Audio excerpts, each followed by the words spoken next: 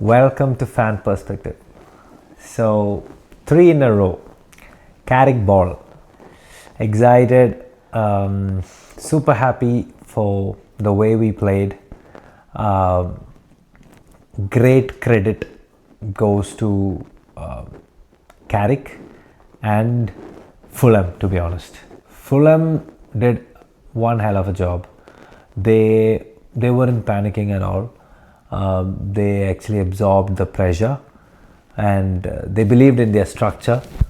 They wanted something to break in when we had the ball, and then they always wanted to capitalize those moments when we were a bit sloppy, and they did it, but they couldn't find the results in the initial stages. പക്ഷെ അത് കഴിഞ്ഞിട്ട് they really did it very well in the second half. Jimenez and curler from Kevin, അത് രണ്ടും നമ്മളെ വല്ലാതെ hurt ചെയ്തു. But the way we played, കാസി, Bruno, പിന്നെ വന്ന് ഷെഷ്കോ ചെയ്തത് എല്ലാം അടിപൊളിയായിരുന്നു. എല്ലാം ഭയങ്കര ഫണ്ണും എക്സൈറ്റിങ്ങും ആയിരുന്നു വാച്ച് ചെയ്യാൻ. ഈ ഗെയിം എനിക്ക് മനസ്സിലായിടത്തോളം ഒരു മിഡ്ഫീൽഡ് ബാറ്റിൽ തന്നെയായിരുന്നു. കാരണം നമ്മുടെ മിഡ്ഫീൽഡിൽ നിന്ന് ബോൾ പിടിച്ചെടുക്കുക, and Fulham was pressing a bit higher. So Marco Silva is, as we all know, he's a great manager, and he always does magic with what he has. And if you consider the last eight results of their schedule, it was pretty good run. Appo Marco Silva had tried something new, and then he definitely tried to hurt Carrick in the way he planned the game for United.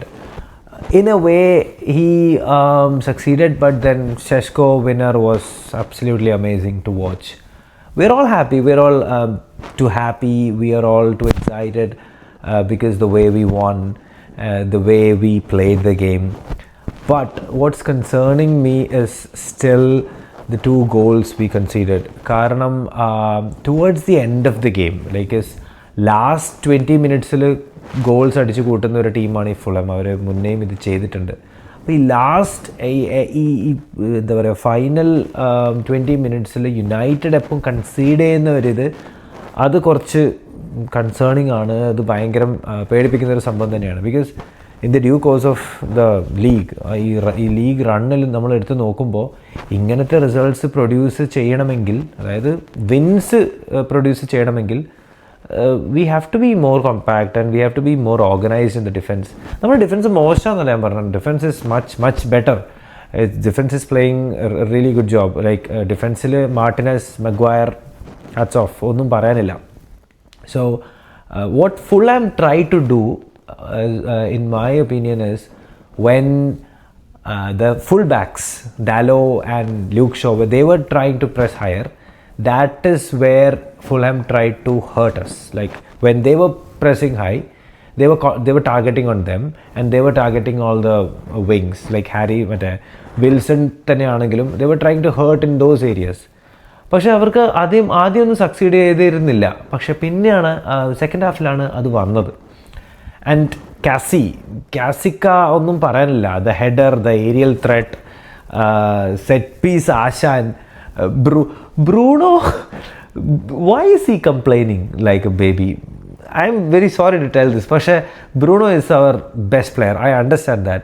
പക്ഷേ how can we call him as a captain if he complains for every silly thing? Like, he's being too silly on the pitch. You're a captain, man. You're a captain. When we criticize about it, we all know as United fans that he's our best and worst player. When he's our number 10, he's great, we know that. But you are a captain. I don't know, I might get bad comments for this, but I will have to say this. Bruno, you are the captain of Manchester United. You just don't would complain for each and everything that comes to you or comes against you. Bruno was sloppy as well. Like Bruno was miss passing. He wasn't able to contain the ball. He wasn't able to control the ball. when he had that feint, that run, that pass to Sesko was brilliant, was absolutely amazing. അതൊക്കെ ഞാൻ അംഗീകരിച്ചു. പക്ഷേ you are A captain. എൻ്റെ മനസ്സിലിപ്പോൾ captain മാർട്ടിനസാണ്. ആ ലെജൻസിനോടൊക്കെ പോയി പണി നോക്കാൻ പറയണം. ബിക്കോസ് മാർട്ടിനസ് കാണിക്കുന്നൊരു ക്യാപ്റ്റൻ മെറ്റീരിയലിൻ്റെ ഒരു സാധനമുണ്ട്. എനിക്ക് ഓർമ്മയുണ്ട്, ഇപ്പോൾ അർജൻറ്റീന ഫാൻസിന് അറിയായിരിക്കും, അർജൻറ്റീന നെതർലാൻഡ്സ് കഴിഞ്ഞ ലോകകപ്പിൽ തന്നെ മാർട്ടിനസ് ബെഞ്ചിൽ നിന്ന് വന്നിട്ട് ഒരു മാച്ച് വിന്നിങ് ടാക്കിളൊക്കെ നടത്തിയിട്ടുണ്ടായിരുന്നു. അതൊക്കെ മാർട്ടിനസ് ആ സ്ക്വാഡിൽ സ്റ്റാർട്ടർ പോലും അല്ല, പക്ഷെ മാർട്ടിനസ് ഇടുന്ന ആ ബാഡ്ജിന് വേണ്ടി കളിക്കുന്ന ആ ഒരു സംഭവമുണ്ട്. അത് തന്നെയാണ് നമുക്കിപ്പോൾ യുണൈറ്റഡിലും കാണാൻ പറ്റുന്നത്. അത് വെച്ചിട്ട് ഇപ്പോൾ നമ്മളെ യുണൈറ്റഡ് ലെജൻസ് പറയുന്നതൊക്കെ അവരെ സ്കൂളിൽ കൊണ്ടുപോകും, ഫാദറും മകനും പോലെയാണ്, ഹൈറ്റില്ല. ആ ജേമി കാരഗറോടൊക്കെ പണ്ടിട്രി ഒന്നും അല്ല അയാൾ ചെയ്യണം. അയാൾ എന്തെങ്കിലും പോയി ചെയ്യാൻ പറ. ഇത് പറയാണ്ടിരിക്കാൻ വയ്യ. കാരണം മാർട്ടിനസിനെ പോലത്തെ ഒരാൾ യുണൈറ്റഡ് സ്ക്വാഡിലില്ല ഞാൻ പറയും. കൂനിയ എല്ലാവരും ബാഡ്ജിന് വേണ്ടി തന്നെയാണ് കളിക്കുന്നത്. പക്ഷെ മാർട്ടിനസ് കൊണ്ടുവരുന്നൊരു മെൻറ്റാലിറ്റി, ഒരു ബീസ്റ്റ് മെൻറ്റാലിറ്റി ഉണ്ട്. ഇത് പറയാണ്ടിരിക്കാൻ വയ്യ. He is the captain. എനിക്ക് മാർട്ടിനസ് ആണ് ക്യാപ്റ്റൻ. കളിയൊക്കെ കഴിഞ്ഞ് വന്നിട്ട് ആ ഡിഫൻസിന് നമ്മളൊക്കെ ഒറ്റ കെട്ടാന്ന് കാണിക്കുന്ന ഒരു ബോഡി ലാംഗ്വേജ് ഉണ്ട്. അതാണ് യുണൈറ്റഡ് DNA. എൻ്റെ അഭിപ്രായത്തിൽ അതാണ് യുണൈറ്റഡ് DNA. പണ്ട് വിടിച്ചൊക്കെ കാണിച്ചത്. ഹൈറ്റ് ഇല്ല എന്ന് പറഞ്ഞിട്ട് എന്ത് കാര്യം?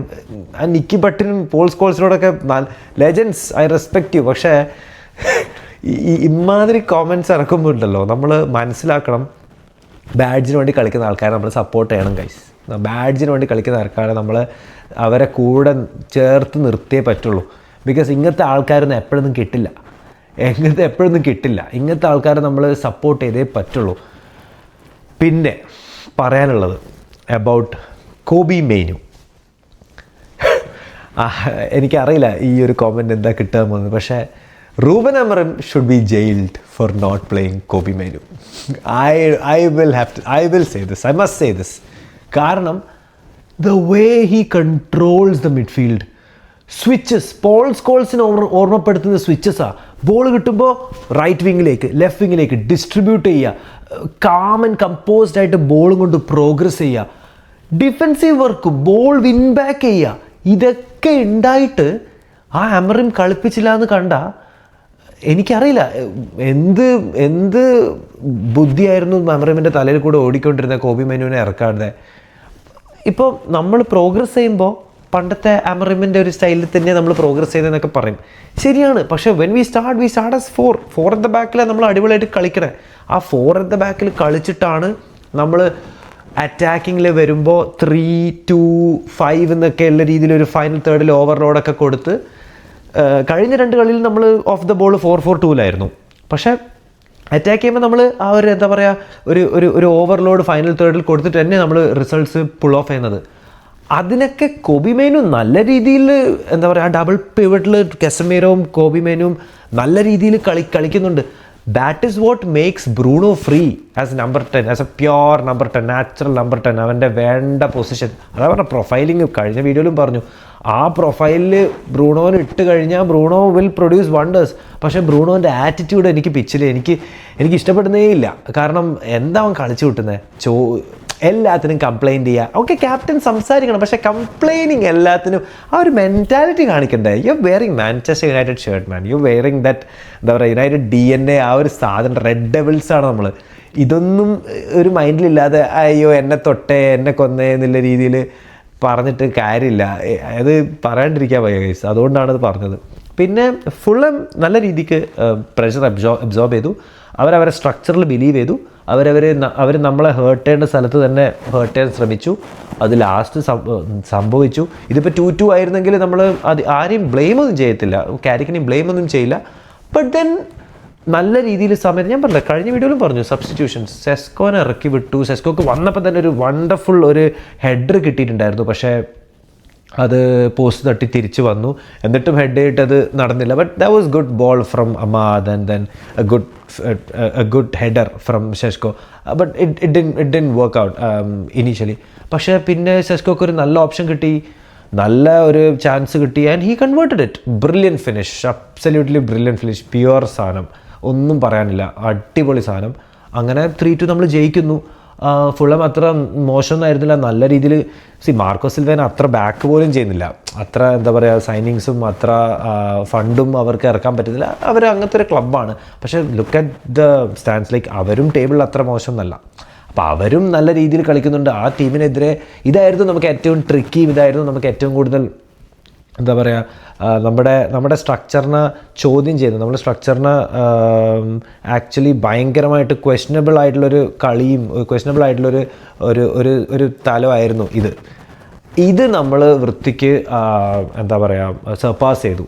V cross the line. I wouldn't say comfortably, but we did cross the line. So happy too happy. And very honest ആയിട്ട് പറയുകയാണെങ്കിൽ Carrick wonderful job. Carrick you are amazing. I just want it to be consistent. അതാ ഞാൻ എക്സൈറ്റഡും ഹാപ്പിയൊക്കെ ആണെങ്കിലും ഞാൻ പറയുന്നത് ഒരൊറ്റ കാര്യമുള്ളൂ, I just want you to be consistent. And as United fans നമ്മൾ പ്രൊട്ടസ്റ്റൊക്കെ ചെയ്യുന്നത് ഇതൊക്കെ സംഭവിക്കുന്നുണ്ടെങ്കിൽ I want the owners out. I think almost all of the United fans wants the owners out because credit never goes to them. അവർക്ക് പോകേണ്ട ഒരു കാര്യമില്ല. ഈ റിസൾട്ടൊക്കെ സ്റ്റീവ് ഈ കളിയിൽ നമ്മൾ കണ്ടു. കാരിക് is always consulting Steve Holland every moment. Steve Holland manager അല്ല എന്ന് മാത്രമേ ഉള്ളൂ, എല്ലാ കാര്യങ്ങളും കൺട്രോൾ ചെയ്യുന്നത് സ്റ്റീവ് ഹോളണ്ട് തന്നെയാണ്. ആ മനുഷ്യൻ അയാൾ ഏതൊക്കെ അയാളുടെ സ്റ്റാറ്റ് പറയാനാണെങ്കിൽ 2017-16 കോൺടെൻ്റെ വിന്നിങ്ങിലുണ്ടായിരുന്നു.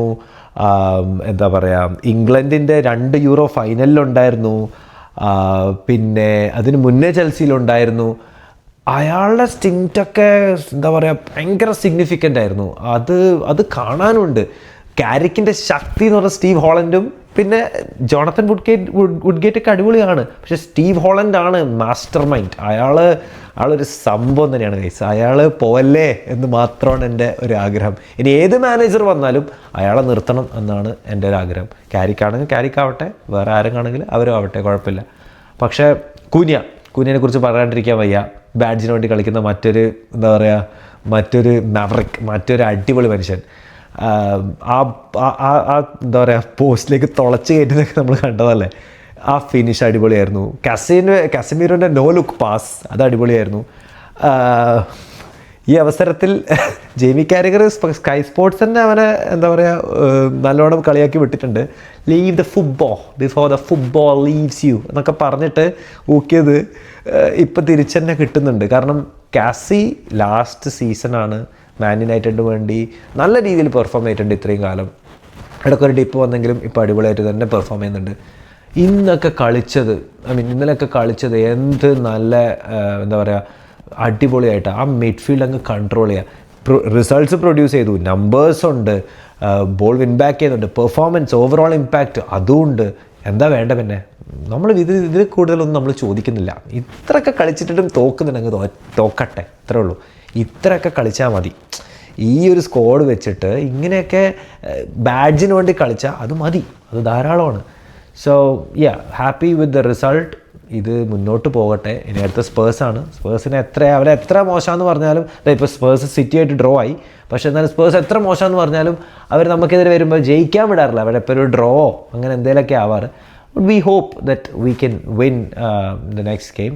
കാരിക് ബോൾ ഇനിയും വരട്ടെ. എക്സൈറ്റഡും എന്താ പറയുക ഓവർവെൽംഡും ആയിട്ട് ഗെറ്റിംഗ് ക്യാരിഡ് അവല്ല. കളി കഴിഞ്ഞിട്ട് കാരിക്ക് തന്നെ പറഞ്ഞത് ഞാൻ സെലിബ്രേറ്റ് ഇങ്ങനത്തെ സംഭവങ്ങളൊക്കെ നടന്നാൽ എനിക്ക് ഇമോഷൻസ് ഹോൾഡ് ചെയ്യാൻ പറ്റാറില്ല.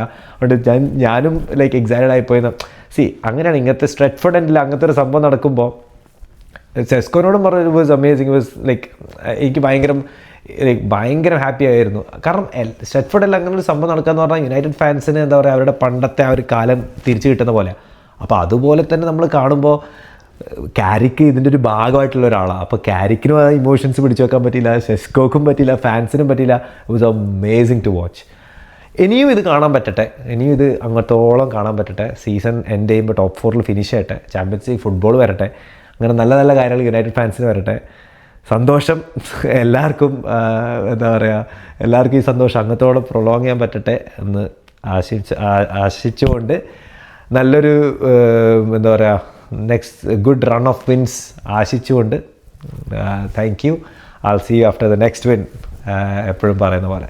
Thank you.